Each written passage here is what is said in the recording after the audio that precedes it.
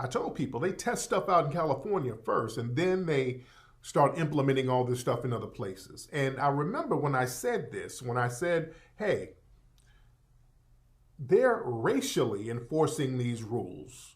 Now, of course, the white supremacists are going to play the little denial game. Denial is a form of white supremacy. Denying white supremacy is a form of white supremacy itself. But when I pointed out, hey, black folks were getting targeted, are going to be the main targets of this order, when I said that, there were a lot of Negroes trying to put the butter biscuit cape on. There were a lot of Negroes talking about, don't say that now. Don't say that at all now. You know what it is? It ain't about no race now. It ain't about no race. The problem is, you know how black folks, we don't be liking to stay home. We don't know how to sit our head down somewhere. I had niggas say that to me. Black folks don't know how to sit their hand down somewhere. That's what it is. That's why black folks getting targeted. Black folks don't know how to sit their hand down nowhere. Where y'all at now, Sambos? Where you at, coon niggas? Where you at now? I mean, can you wipe the biscuits off your face for 5 seconds? All you niggas who looking for an out, family, we have to start calling white supremacy out and stop being scared to do so. That's the problem. Niggas are always looking for an excuse to deny white supremacy. Niggas are always looking for a damn excuse to deny systematic white supremacy. And you only want to acknowledge it when it hits you hard. Now that it's in your face, there's no denying now. So as we saw, black folks were being targeted in force. They had military vehicles and riot cops on these black folks out here. In one place, I think it was in Florida, black folks had an Easter egg party.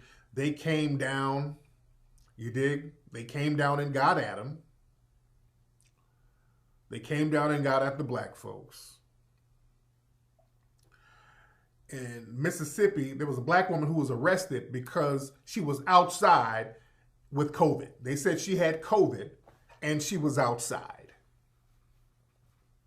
This was down in Mississippi. It was a sister who I don't know how they knew she had it. They must have a database of everybody. But they said the sister had COVID. She was outside. They arrested her for having COVID. So family, they're enforcing these laws on us. And I told people a couple of days ago, watch what they're gonna really start getting into some of the I'm white and I say so laws like this right here. It's a judge, let me go to the link, let me go to the actual link. A judge defends orders allowing emergency detainment for coronavirus reasons. This is in Michigan. A judge has come under criticism for issuing an order that allows authorities to detain people up to 24 hours if they believe, watch the words, if they believe they are ill from COVID-19 and refuse to isolate themselves. Family, they're using I'm white and I say so laws right here. So now a race soldier can come up to you, and if they believe, they don't have to prove, because you don't have to, what proof do you have that you have corona? See, they're giving the race soldiers a green light to target you. They're not going to do that, I believe you have corona, on white people. They're not going to do that. So they can say anything. Well, look, your eyes are red. I believe you have corona. You're arrested. The coronavirus and the coronavirus laws, that's going to be the new stop and frisk. You understand? This is why they're putting all these draconian laws in there real quickly, because now that they're allowing the beaches and all this stuff to open up, they're not going to do all this stuff to white people. This is what they're going to target us with. This is the new stop and frisk, guys. This is they're happy as clams with this corona, because now they know that they can use this shit against us. and they can skirt past the Constitution now, they're going to get away with a whole bunch of shit, and they're trying to do it real fast. They're going to do, just like they were doing with those marijuana laws down there in Georgia and different places. They would pull you over and say, hey, look, even though I didn't find any drugs in your car, I believe that you might have been smoking some weed. So I'm going to take you in because I believe, based on the way your eyes look, and I'm white and I say so, I'm going to have to detain you because I believe you smoked weed sometime this week. It's just I'm white and I say so. It's just remember that. It's just I'm white and I say so. I'm white and I say so. That's all it is. I'm white and I say so. So we got to be very, very careful here because look, the white people around the country are openly defying the laws right now. And none of them are getting arrested.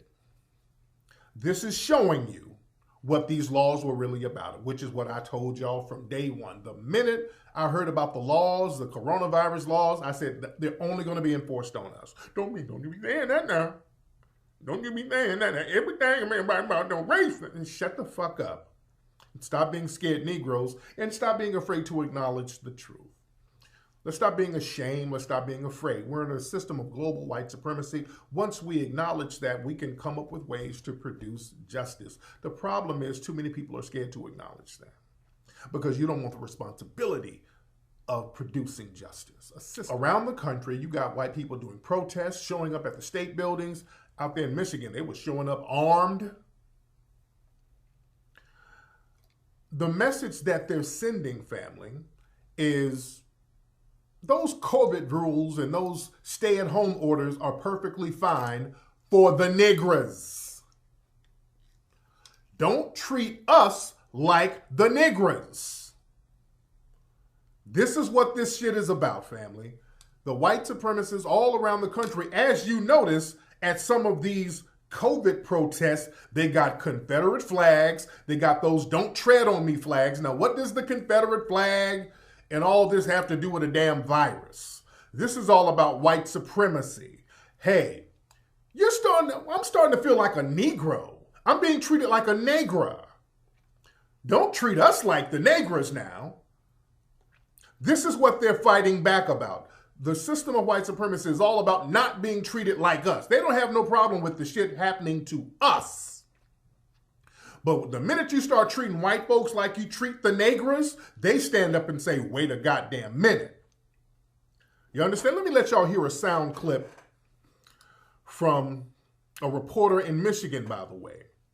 Catch the dog whistle. Catch the dog whistle that this guy said. All right, listen to this. Hold on one second. Hold on. Catch what he just said. Now, this was outside the protest in Lansing, Michigan. Okay? Listen to what this reporter says. Hold on.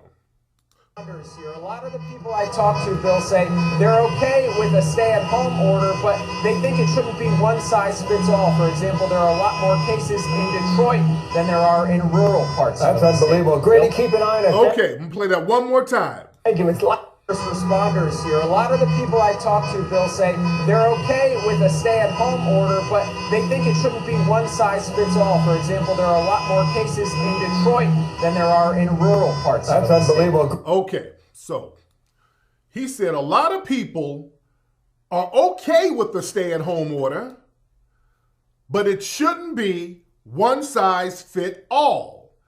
It should be in places like Detroit, where there are more of the cases. Detroit has always been a code word for black. And rural places, which means white, leave us alone. So they're yelling very loud dog whistles right now. That's what they're saying. The stay-at-home order for the Negras, that's fine, but don't do that shit to us. They're sending a message. And understand that this is the month of April, and I always warn people about the month of April. In the month of April, the white supremacists, they carry out terroristic orders, terroristic attacks. They do a lot of very symbolic things in the month of April. April is a holy month for white supremacists. I've been warning people about this for years, especially around this time of year. Tomorrow is the 20th. That's Hitler's birthday.